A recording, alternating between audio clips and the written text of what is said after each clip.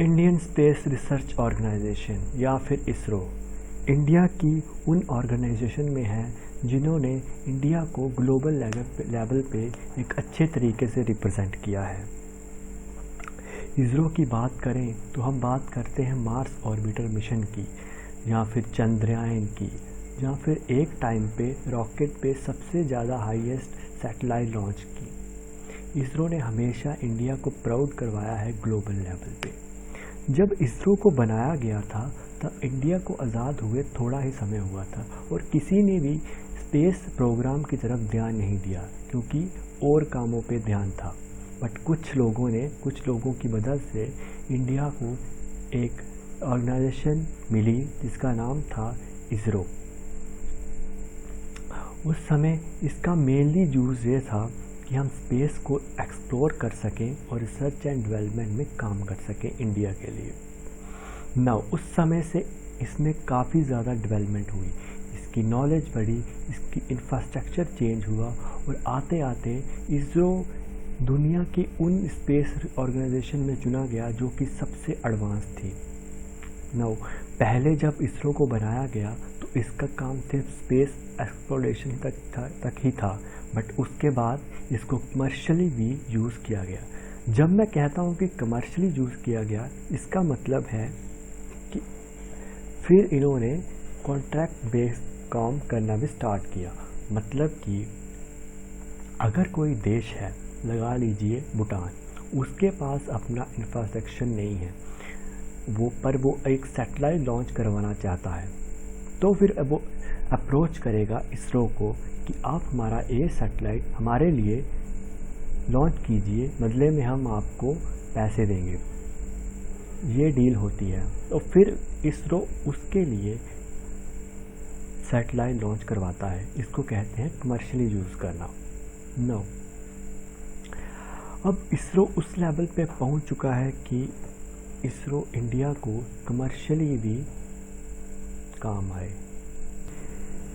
इसरो को commercially use करने के लिए ज़रूरत थी ऐसी कमर्शियल आर्म्स बनाने के लिए जो पहले कॉन्ट्रैक्ट लें और फिर इसरो से कॉन्टैक्ट करके वो सैटेलाइट लॉन्च करवाएं।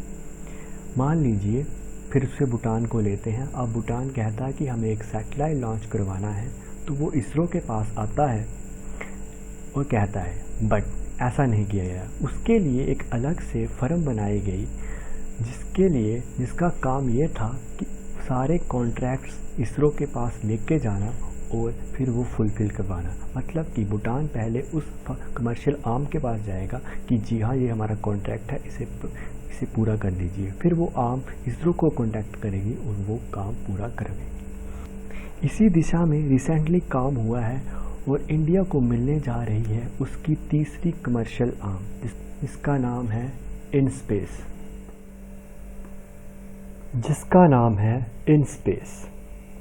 इनस्पेस इसरो की एक नई कमर्शियल आर्म बनने जा रही है जो इसरो के स्पेस प्रोग्राम को बूस्ट करेगा। देखते हैं कि क्या है इनस्पेस और क्या इससे पहले इसरो की कोई कमर्शियल आर्म थी या नहीं थी।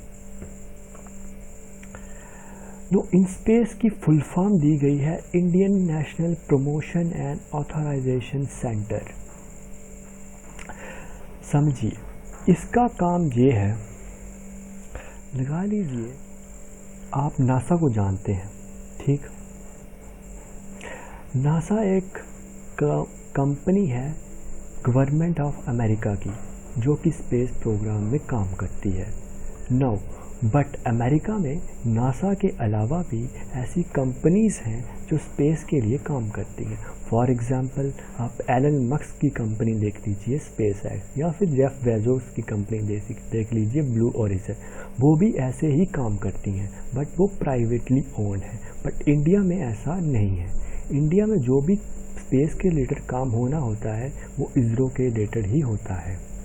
अब क्या किया जा रहा है, अब गवर्नमेंट चाहती है कि इसरो के अलावा भी कुछ प्राइवेट पार्टिसिपेशन हो स्पेस में। देखिए, इसरो इतने सालों में इतना ज़्यादा डेवलप हो चुका है, उसके पास इतना इंफ्रास्ट्रक्चर है, इतनी नॉलेज है कि वो अपनी नॉलेज को शेयर कर सकता है दूसरे प्राइवेट पार्टिसिपेशन के लिए, जिससे उनको भी मदद मिलेगी। सपोज कोई आदमी है, लगा लीजिए टाटा जो कंपनी है वो चाहती है कि हम स्पेस में भी इन्वेस्ट करें, बट वो कैसे करेगी, उनके पास नॉलेज तो है नहीं, तो वो चलेगी इसरो के पास। वो इसरो अब उनको अपनी फैसिलिटी देगी, अपनी टेक्नोलॉजी देगी यूज़ करने के लिए, स्पेस प्रोग्राम चलाने के लिए। नो, ये काम होगा इन स्पेस का कि प्राइवेट पार्टिसिपेशन इंडिया में स्पेस के रिलेटेड बढ़ाई जाए, इसलिए बनाया गया है इन स्पेस। इन स्पेस काम आने वाली है इंडिया के लिए कमर्शियली बहुत ज़्यादा, और ये अगले 6 महीनों में इंडिया में लॉन्च होने वाली है या फिर अप्रूव या फिर बढ़ने वाली है। इससे इंडिया के स्पेस प्रोग्राम में प्राइवेट प्लेयर्स आ सकेंगे, रिसर्च इंस्टीट्यूट जहाज जो सैटेलाइट्स बनाते हैं वो यूज़ कर सकेंगे, उनको लॉन्च कर सकेंगे। इसरो ने यहाँ तक कहा है कि हमारे जो लॉन्च व्हीकल्स हैं, यहाँ पर हमारे वो लॉन्च साइट्स हैं, लगा लिए श्री हरिकोटा से वो लॉन्च करते हैं, वो भी कमर्शियली यूज़ कर सकेंगे ऐसे प्राइवेट प्लेयर्स।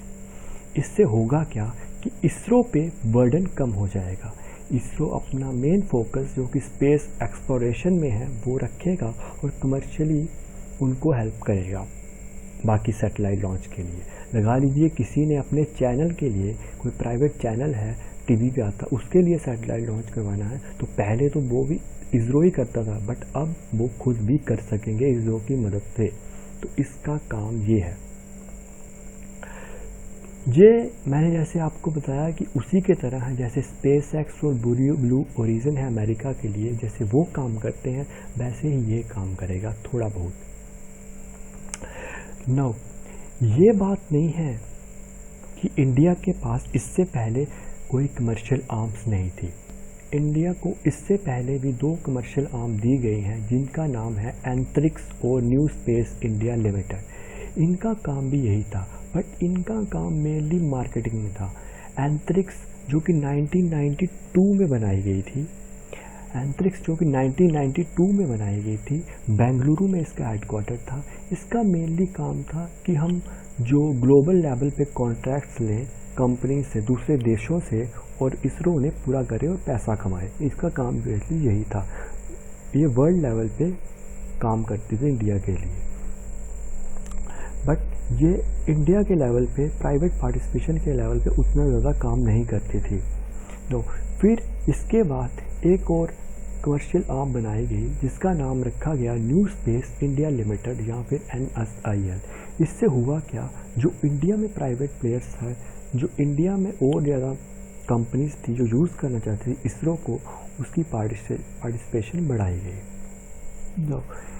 NSIL को बूस्ट करने के लिए और ऐसी कमर्शियल आर्म्स को बनाने के लिए इंडिया ने अब एक और कमर्शियल आर्म लॉन्च करने का फैसला किया, जैसा मैंने आपको बताया, जिसका नाम है इनस्पेस। इनस्पेस भी ऐसा ही काम करेगी, बट थोड़े और बड़े लेवल पे काम करेगी इनस्पेस, जिससे इंडिया के स्पेस प्रोग्राम पे फ़ायदा होगा। फ़ायदा देखिए कैसे होगा। अब इसरो लॉन्च करता है, लगा लीजिए मार्स ऑर्बिटर मिशन, ठीक है, चंद्रयान-1। ये सब मिशन स्पेस एक्सप्लोरेशन के काम आते हैं। ये किसी कमर्शियल यूज़ के लिए किसी को पैसा नहीं दे रहे हैं, ये सिर्फ स्पेस और रिसर्च डेवलपमेंट के लिए काम आते हैं। नो, इसरो अपना ज़्यादा से ज़्यादा टाइम इसको देना चाहता है। इसके लिए उसने ऐसी अप्रोच चाहता है कि वो प्राइवेट कंपनीज यहाँ पे आए और बाकी जो काम है, लगा लीजिए किसी चैनल के, जैसे मैंने आपको पहले बताया कि चैनल के लिए करवाना है सैटेलाइट लॉन्च, बाकी जो काम है उसके अलावा वो प्राइवेट प्लेयर्स करें, ना कि इसरो करे। इससे इसरो का बर्डन कम होगा और इंडिया के डेवलपमेंट में बूस्ट मिलेगा। ना, इसको आप उस तरह से समझ सकते हैं जैसे पहले इंडिया में BSNL जो कि गवर्नमेंट कंपनी है उसका बोलबाला था, वही मेनली काम करती थी, मेनली टेलीकॉम की कंपनी वही थी। बट जैसे जैसे TRI टेलीफोन रेगुलेटरी बनाई गई, उससे क्या हुआ, जियो और एयरटेल जो कि जियो जो कि प्राइवेट कंपनी है उसका आना हुआ और पूरा का पूरा टेलीकॉम सर्कल ही बदल गया। तो ऐसा ही कुछ बूस्ट मिलेगा इंडियन स्पेस रिसर्च ऑर्गेनाइजेशन से। होप आपको थोड़ा बहुत समझ आया होगा।